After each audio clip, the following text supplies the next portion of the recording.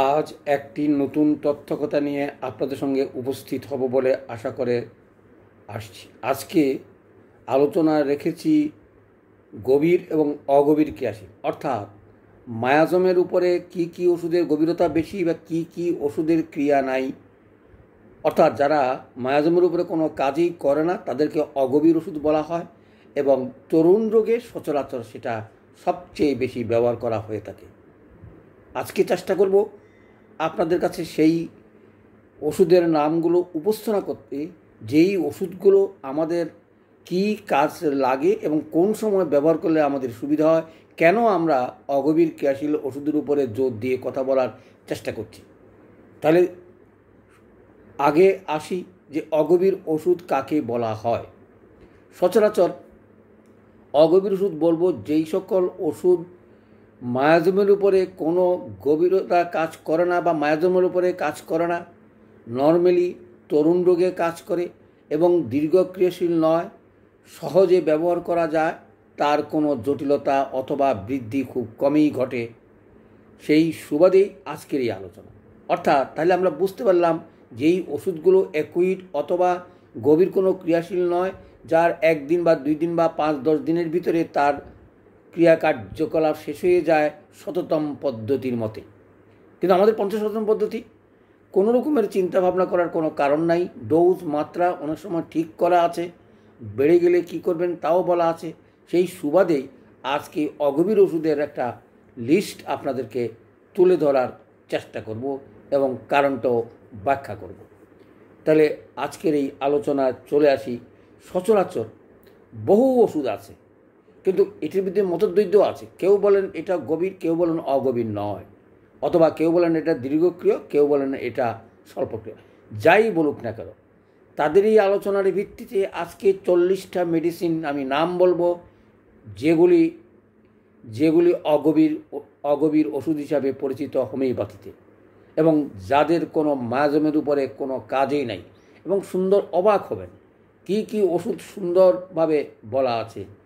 জানার কারণটা হচ্ছে এই, অগভীর ওষুধগুলো অনায়াসেই দিনে মাত্রা 3 বা 4 বারও ব্যবহার করা যায়, যাদের ক্রিয়া দীর্ঘদিন থাকে না এবং মায়াজমের উপরে তাদের কোনো কাজ নাই।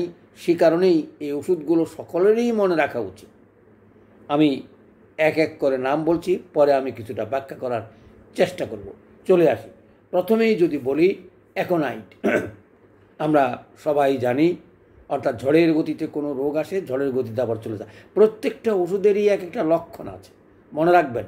লক্ষণগুলো ভালো করতেই পারলেই আমরা, বা সিমটমগুলো ভালো করতেই পারলেই আমরা ওষুধ প্রয়োগে সফলতা অর্জন করতে পারব। তারপরে যে ওষুধটা আসে আর্নিকা, আমরা নিশ্চয়ই নাম জানি, এবং সেটা আঘাতের কুফলের উপরে যথেষ্ট কাজ করে থাকে।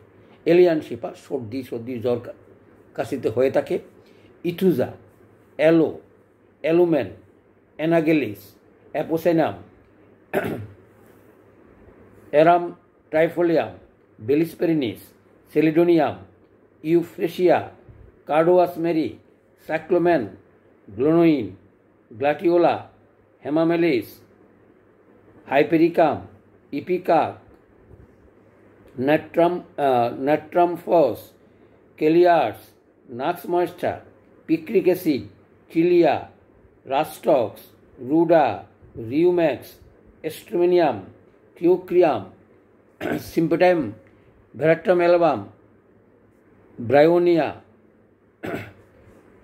ক্যাম্পার, হেলিসবোর, নাইজার, হ্যালোনিয়াস এবং হাইসোমাস, ক্যানাবিস ইন্ডিকা,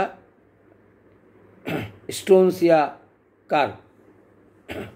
তাহলে বুঝতে পাচ্ছেন এই 40টা ওষুধ আমি পরবর্তীতে এগুলোর নাম লিখে আপনাদেরকে একটা ভিডিও উপহার দেওয়ার চেষ্টা করব, এবং নামগুলো দেখে দেখে আপনারা মনে রাখার চেষ্টা করতে পারবেন। তাহলে চলে আসি ব্যাখ্যাটা কি। তাহলে এই যে বললাম, এগুলো নিয়ে খুব একটা কন্ট্রোভার্সি নাই। কিছু কিছু ওষুধ কন্ট্রোভার্সি আছে, যেগুলো ডিপ সিটেড অথবা কোনো দীর্ঘক্রিয় ওষুধে কাজ করে বলে কেউ বলেন, কেউ বলেন না।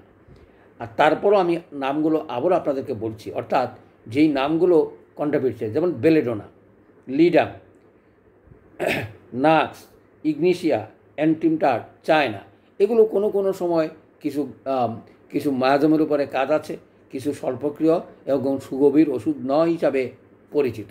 তারপরও এগুলোর হয়তো কেউ পক্ষে বা বিপক্ষে বলা থাকে। আরও কতকগুলো ওষুধ আছে, যেমন আমি বলি যদি রুডা, রিউম্যাক্স, ভ্যারেট্রামেলবাম, বেলিসপেরিনিস, ইফিকাক, হেমামেলিস, এই সকল ওষুধের যদিও এক একজনে এক এক মন্তব্য করে থাকেন, কিন্তু সবাই একমত স্বীকার করবেন এদের এই যে ওষুধগুলোর নাম বললাম 40টা, সেগুলো ওষুধের দীর্ঘক্রিয়া ওষুধ নয় এবং অগভীর ওষুধ, এবং তরুণ রোগে অনায়াসে এগুলো ব্যবহার করা যায়।